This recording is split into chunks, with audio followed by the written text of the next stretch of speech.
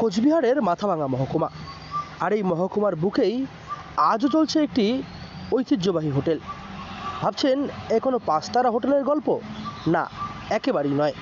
একেবারে সাদামাটা হোটেল, খাবারের হোটেল। তবে এই হোটেলের কিন্তু রয়েছে একটি বিশেষ ইতিহাস। এই হোটেলে একটা সময় জনপ্রিয় গায়ক মান্না দে খেতে এসেছিলেন বেশ অনেকটা সময় আগে, 45 বছর। আচ্ছা, একটা কথা শুনতে পাওয়া যায় যে আপনার এই হোটেলে একটা সময় নাকি মান্না দে খেতে এসেছিলেন। হ্যাঁ, সেটা 90 সনে খাওয়া দাওয়া করছে।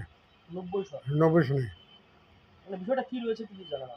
হ্যাঁ, কিভাবে আসলেন মান্না দে বা উনি ফাংশনে আসলো, ফাংশনের প্রোগ্রামে।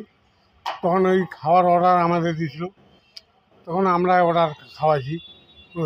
তখন কি আপনার দোকানটা সবথেকে বড় দোকান ছিল?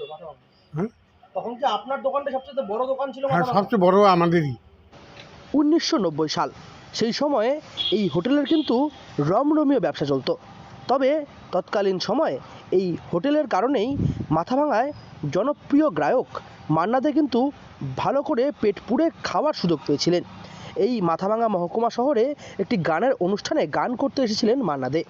তখন এই হোটেলকেই দেওয়া হয়েছিল মান্না দেকে খাওয়ানোর দায়িত্ব। সেই খাওয়ানোর দায়িত্ব সঠিকভাবে পালন করেছিলেন এই হোটেলের কর্ণধার। মান্না দে খেলেন, খেয়ে কি বলেছিলেন? উনি ভালো বললেন। উনি এই যে সার্টিফাইড দিয়ে এলো। কি কি জিনিস দিয়ে খেয়েছিলেন? উনি ছোটো মাছ দিয়ে খাইছেন, ইলিশ মাছ খাইছেন, দেশি মুরগি দিয়ে খাইছেন। তারপর সবজি টবজি এগুলো তো থাকবেই। এখন যে হোটেল চলছে, হ্যাঁ, এখনো তো ওই একই রকম খাবারের মান রয়েছে?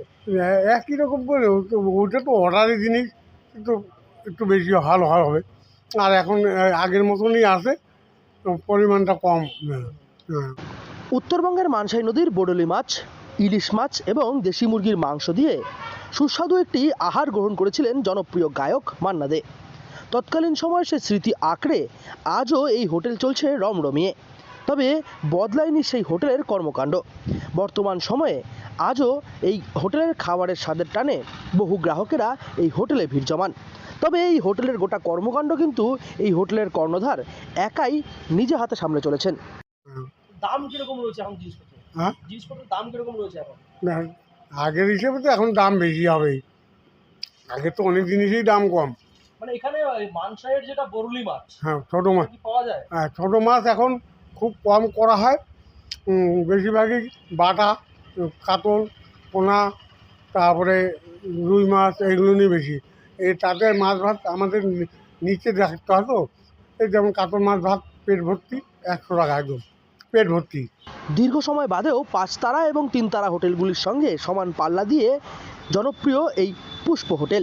কোচবিহার থেকে সার্থক পণ্ডিতের রিপোর্ট, লোকাল 18 বাংলা।